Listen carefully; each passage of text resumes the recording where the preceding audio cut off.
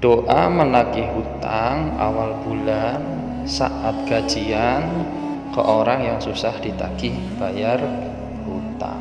Perhatikan. Bismillahirrahmanirrahim. Assalamualaikum warahmatullahi wabarakatuh. Alhamdulillah wa syukurillah, la haula wala quwata illa billah. Bapak Ibu dan teman-teman yang sedang punya keperluan untuk menagih hutang, ya paling bagus memang di awal bulan ya.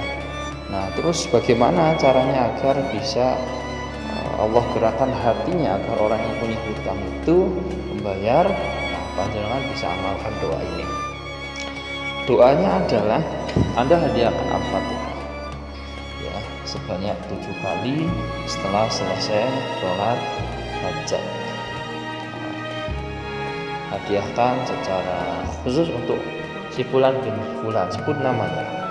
Jadi panjenengan bisa mengatakan seperti ini: Bismillah, alhamdulillah ya Allah, saya niatkan hadiahkan 7 kali bacaan Al-Fatihah untuk si fulan bin fulan. Besok saya mau menagih hutang, Engkau Maha melapangkan hati ya Allah, maka gerakanlah hatinya untuk bisa membayar hutangnya kepadaku. Lancarkanlah urusan si fulan ya Allah, ampuni dosanya, bukakan rezeki seluas-luasnya untuk si fulan bin fulan. Al-Fatihah baca 7 kali. Nah, saat bacaan ihdinas siratal mustaqim ya, ada dentumkan di dalam hati, ya Allah, Engkau yang maha membolak-balikan hati ya Allah, Engkau yang maha membolak-balikan hati ya Allah, Bapak serahkan urusan si fulan kepadamu ya Allah, gitu ya. Lalu juga Anda bebaskan dari amarah, kesal, dan juga melekat pada urusan piutang tersebut. Nah, ini energi paradoksnya Bapak Ibu ya, semoga bisa dipahami ya.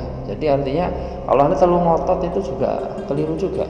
Jadi setelah minta sama Allah, berdoa Allah yang maha membolak-balikan hati, agar dibukakan hatinya, jiwanya, agar bisa gerakan hatinya untuk membayar hutang.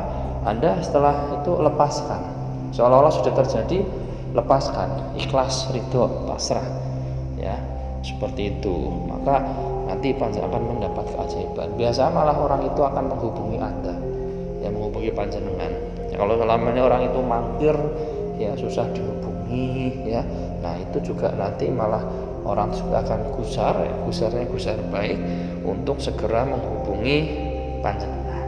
Jadi panjenengan nggak perlu repot-repot, nanti orang itu yang akan digetarkan hatinya, digerakkan hatinya untuk datang, untuk menghubungi dan juga membayar hutangnya.